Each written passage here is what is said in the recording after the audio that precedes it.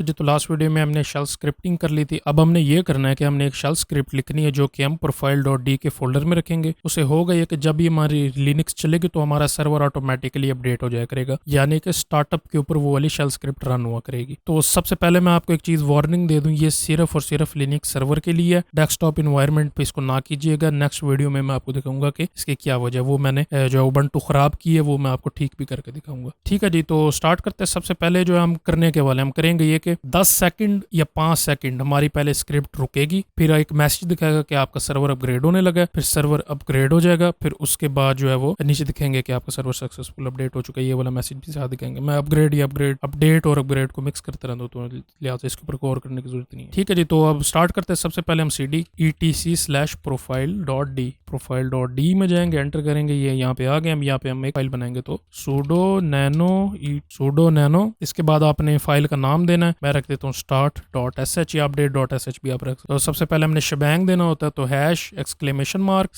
#!bin/sh enter करके नीचे आएंगे। पहले मैंने आपको बताया था कि हम इसमें डिले ऐड करेंगे, तो स्लीप आगे 5 सेकंड के लिए, फिर एंटर करके नीचे आएंगे। अब हमने दिखाना है मैसेज यहाँ पे कि सर्वर इज अपडेटिंग। ठीक है जी, अब ये मैसेज शो होगा। फिर इसके बाद जो अब हमने सर्वर को अपडेट करना है, तो sudo apt update and sudo apt upgrade और एंड में -y और एंड में आके हम दिखा देंगे क्या को, सर्वर हैज बीन अपडेटेड।